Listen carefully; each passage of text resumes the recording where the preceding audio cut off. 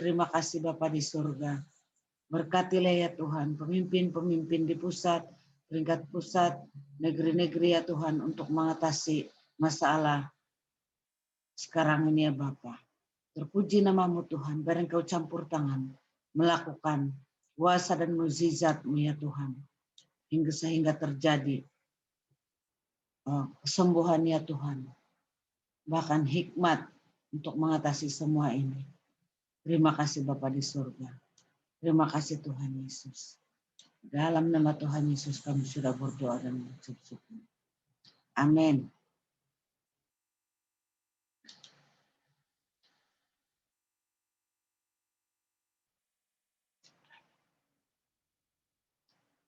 Oke, perkara ketiga boleh sambung saja.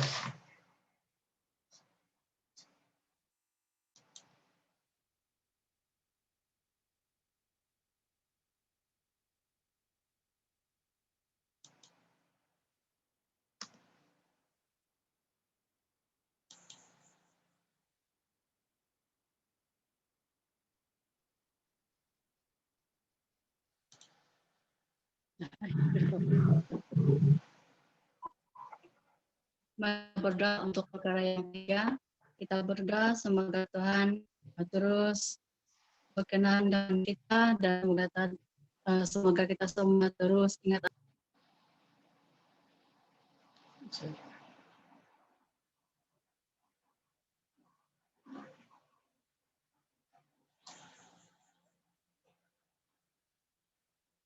ya Bapa, karena kasih-Mu, karena pura dalam ya Tuhan. Terus Kau anak-anak di jemaat ini, Kau pernah melepaskan tangan mata pada kami ya Bapa. Setiap kekurangan yang kami rasakan Tuhan, sebenarnya Engkau telah memberikan kami banyak. Engkau kami dapat yang kami perlukan. Tuhan Yesus, kami mohon Tuhan, supaya Engkau terus menerokan dalam hati kami Tuhan, terus memberi. Karena kami tahu Tuhan, itu adalah apa yang telah Engkau perintahkan kepada kami. Dan kami yakin percaya Tuhan, dengan memberi kami tidak akan merasa kekurangan. Karena Engkau telah mencukupkan kami. Engkau telah memberikan kami banyak.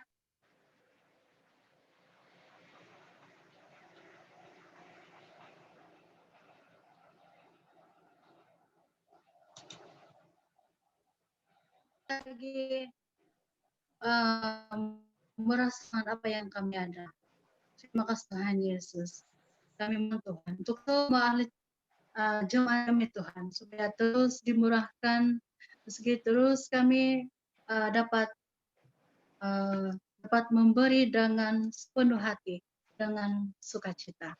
Tuhan Yesus, terima kasih Tuhan Yesus. Kami yakin percaya Engkau tidak pernah meninggalkan kami. Engkau tidak membiarkan kami semua berkekurangan. Haleluya. Terima kasih Tuhan Yesus. Amin. Amin. Amin. Oke, Sharon, berdoa untuk siapa lagi? Putus-putus sobat kami. Ya, biar putus-putus kita teruskan saja. Oke, Sharon, perkara ketiga. Keempat. Keempat, ya, keempat. Oke. Mari kita berdoa. Bapa kami yang bertakhta di segala surga, terpuji nama Engkau Tuhan, termulia nama Engkau. Terima kasih Bapa atas segala sesuatu yang Kau berikan Tuhan. Terima kasih Bapa atas kasih-Mu Bapa. Tuhan, bilang Kau memberkati Tuhan, saudara-saudari kami Tuhan yang kerja di luar sana. Tuhan, kami perlukan perlindungan dari Engkau Tuhan. Dan terima kasih Bapa atas segala kekuatan dan semangat yang Kau berikan pada kami.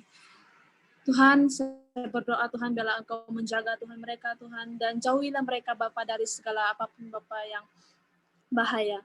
Lindungilah mereka dengan sayap Engkau Tuhan. Terima kasih Bapa atas segala sesuatu.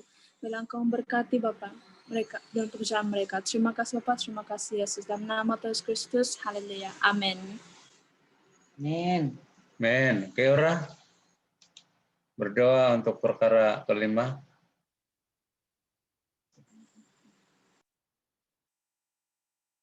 Udah, Syura? Dengar juga?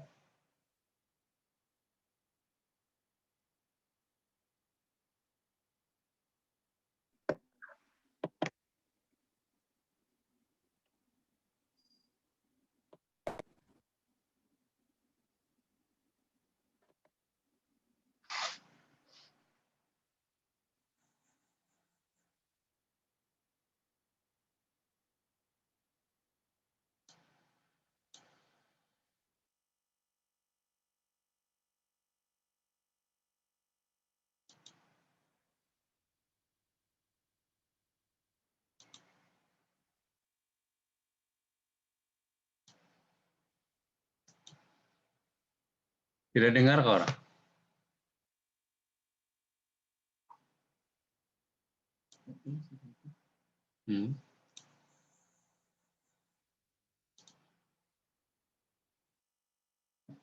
Oke, terima kasih untuk doa ini. Tuhan, terima kasih untuk pagi ini sebentar kami mendengar firman-Mu, bicara bagi kami, biar ini menjadi kekuatan bagi kami. Terima kasih Tuhan, ini doa kami hanya dalam nama Tuhan Yesus. Amin. Oke, kita akan mendengar firman Tuhan yang terdapat di dalam Kejadian 39 ayat 11 hingga 23. Saya akan baca firman Tuhan. Pada suatu hari ketika Yusuf masuk ke dalam rumah untuk melakukan pekerjaannya, tiada seorang pelayan pun berada di situ. Kemudian istri Potifar menarik jubah Yusuf dan berkata, "Marilah kita tidur bersama." Yusuf meronta hingga dapat lepas, lalu lari keluar, tetapi jubahnya tertinggal di tangan perempuan itu.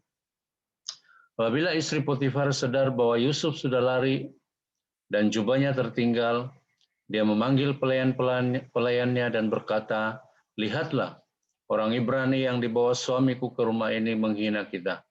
Dia masuk ke dalam bilikku dan coba merogol aku. Tetapi aku menjerit. Apabila dia mendengar jeritanku, dia lari keluar, tetapi jubahnya tertinggal." Istri Potifar menyimpan jubah itu sehingga suaminya pulang. Apabila suaminya pulang, dia segera memberitahukan cerita yang sama kepadanya. Dia berkata, "Hamba Ibrani itu yang kau bawa ke sini, masuk ke dalam bilik untuk menghina aku. Namun apabila aku menjerit, dia lari keluar, tetapi jubahnya tertinggal." Potifar sangat marah. Dia memerintahkan supaya Yusuf segera ditangkap dan dimasukkan ke dalam penjara, tempat orang tahanan raja dikurung. Maka disitulah Yusuf tinggal. Tetapi Tuhan menolong Yusuf dan tetap mengasihinya, sehingga ketua penjara suka kepadanya. Dia mempercayakan orang tahanan yang lain kepada Yusuf. Dia juga memberikan tanggung jawab kepada Yusuf atas segala pekerjaan yang dilakukan di dalam penjara. Ketua penjara itu tidak lagi menguasai segala yang dipercayakannya kepada Yusuf, karena Tuhan menyertai Yusuf sehingga dia berjaya dalam semua pekerjaannya. Minggu lalu saya berbicara tentang kenapa kita harus kuat di dalam Tuhan. Dan di dalam pembacaan ini juga mendorong kita supaya kita terus kuat di dalam Tuhan. Dalam cerita ini, Kejadian 39 ayat 11 hingga 23 menceritakan tentang Yusuf. Yusuf anak pada Yakub, dan dia mempunyai 12 adik-beradik. Dan Yusuf ini selalu mempunyai impian.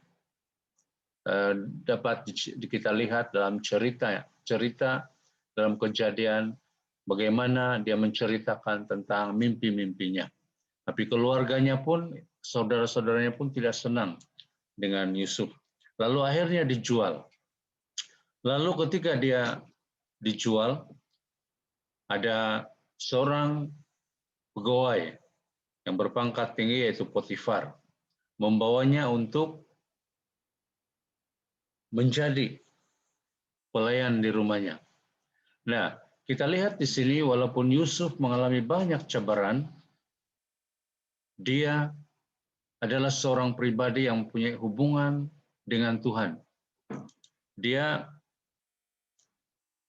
memiliki kekuatan secara pribadi di dalam Tuhan. Sehingga apa yang dihadapinya, dia mendapat kekuatan untuk mengatasinya. Nah, dalam pembacaan ini ada 3 perkara. Kenapa kita harus menjadi seorang pribadi yang kuat di dalam Tuhan. Hal pertama, yaitu dalam ayat 11. Dikatakan, pada suatu hari, ketika Yusuf masuk ke dalam rumah melakukan pekerjaannya, Tiada seorang pelayan pun berada di situ. Kemudian istri Potifar menarik jubah Yusuf. Nah, di sini kenapa kita harus kuat dalam Tuhan seperti Yusuf? Karena ada pencobaan-pencobaan di dalam kehidupan kita.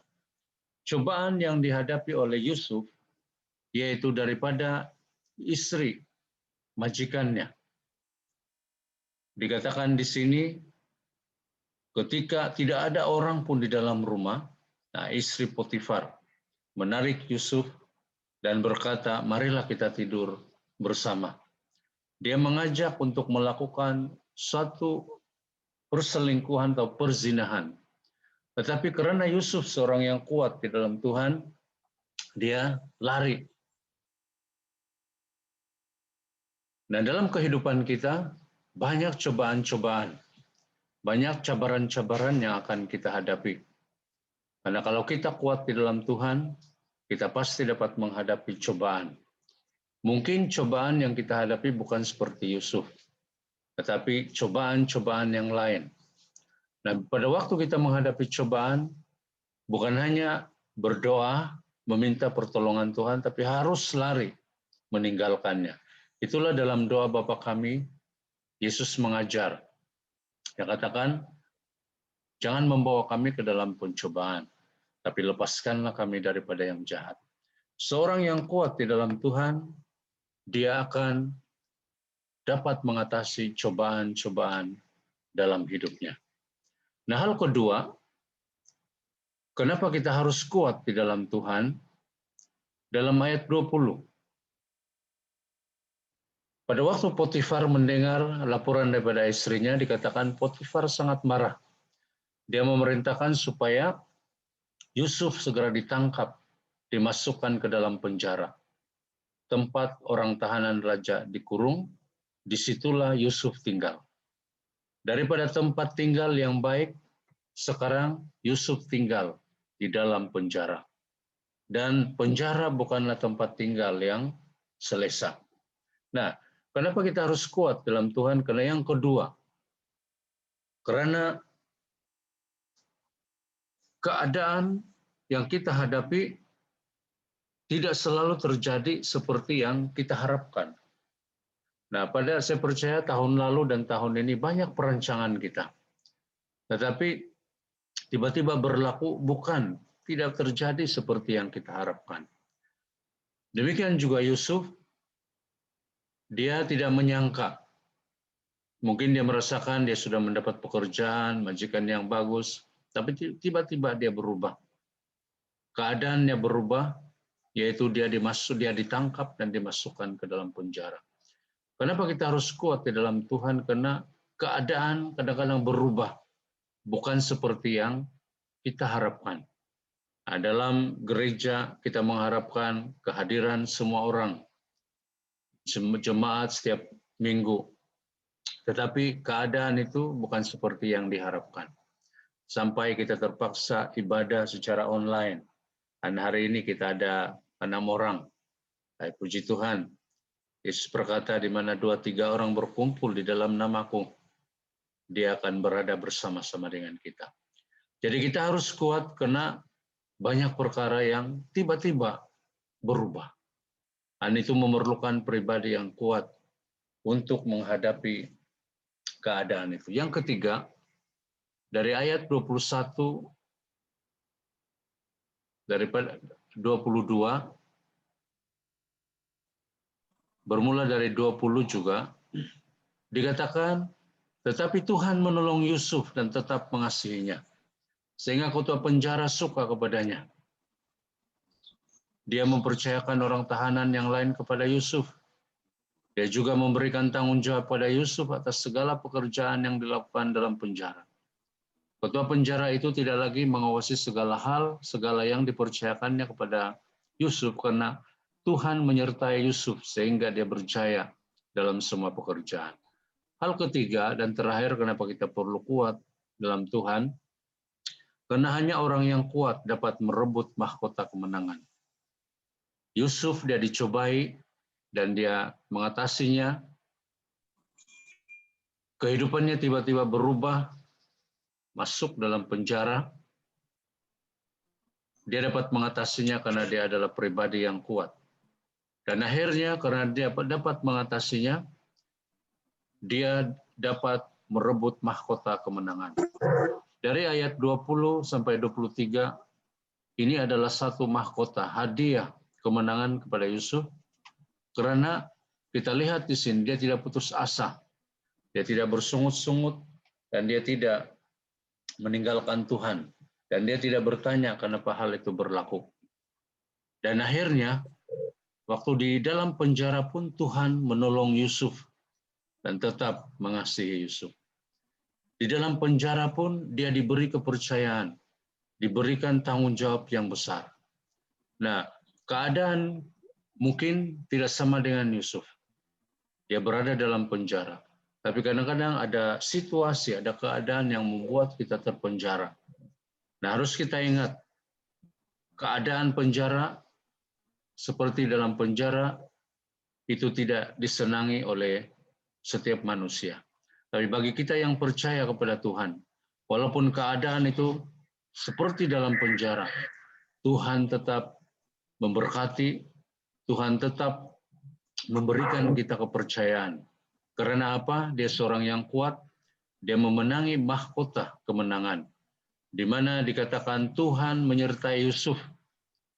Kalau dalam ayat yang lain, mana waktu Yesus dilahirkan dikatakan Tuhan itu, Yesus itu adalah Immanuel. Nah, dalam setiap kehidupan kita, dia menyertai kita. Karena dia adalah Immanuel yang sentiasa bersama dengan kita apapun keadaan. Tuhan menyertai Yusuf sehingga dia berjaya dalam semua pekerjaannya. Dan hal yang sangat penting dalam kehidupan kita adalah penyertaan Tuhan. Kita boleh berjaya dalam semua pekerjaan, tetapi tanpa penyertaan Tuhan itu adalah sia-sia. Hal terbesar adalah penyertaan Tuhan, dan kejayaan itu akan menyertai kita. Karena itu, saudara yang dikasihi dalam Tuhan Yesus, marilah kita menjadi kuat di dalam Tuhan. Mengambil masa setiap hari untuk berdoa, dengan firman, membaca firman Tuhan, supaya kita kuat di dalam Tuhan. Jadi terima kasih untuk perhatian bagi firman Tuhan yang sudah didengar. Oke, sekarang kita akan beralih kepada kesaksian. Oke, sebelum itu saya bawa kita berdoa sekali lagi. Mungkin ada di antara kita ataupun kita semua menghadapi cabaran. Tapi saya berdoa, kita berdoa menyerahkan diri kepada Tuhan, supaya Tuhan akan memberikan kekuatan. Kita berdoa. Bapa kami di surga, dalam nama Yesus, kami sudah mendengar tentang Yusuf, walaupun dia bersendirian, tapi dia mendapat kekuatan di dalam Engkau. Kami belajar, kami perlu kuat di dalam Engkau, karena banyak cobaan, cabaran dalam kehidupan kami, dan banyak keadaan-keadaan yang berlaku tidak seperti yang kami harapkan.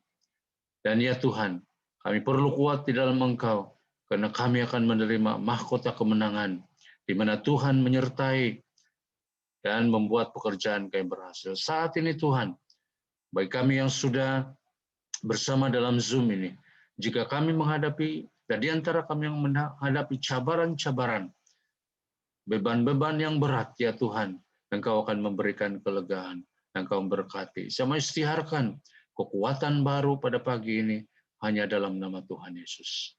Dalam nama Yesus kami berdoa. Amin. Oke, sebelum kita mengakhiri, kalau dapat, bolehlah buka video, supaya sambil beri kesaksian, saya akan ambil gambar. Oke, boleh buka video. Ya. Boleh keluarkan muka, walaupun tidak berapa kuat lain.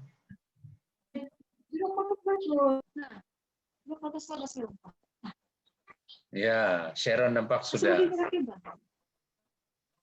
Hai sis. Hai. Oke. Mana ada orang si Ethan Ian ini? Tidak nampak muka sudah? Kita mau ambil gambar. Arat lain, ini tidak hanya. Ya. Oke, apapun. Ambil Siora, ada muka? Pak.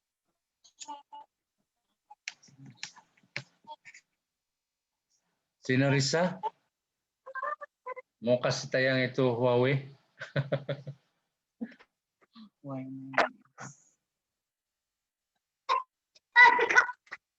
Oh, ini.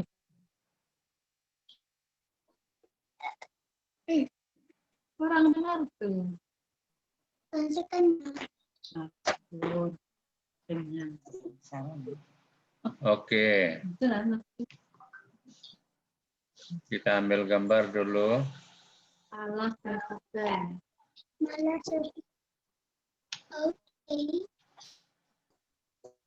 Oi, enggak, bagus. Coba. Nah.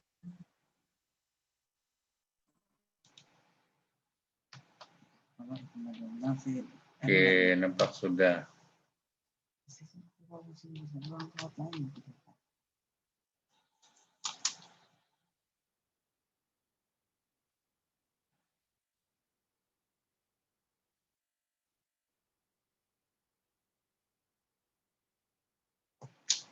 Oke, kita tunggu saja ini Zoom berakhir.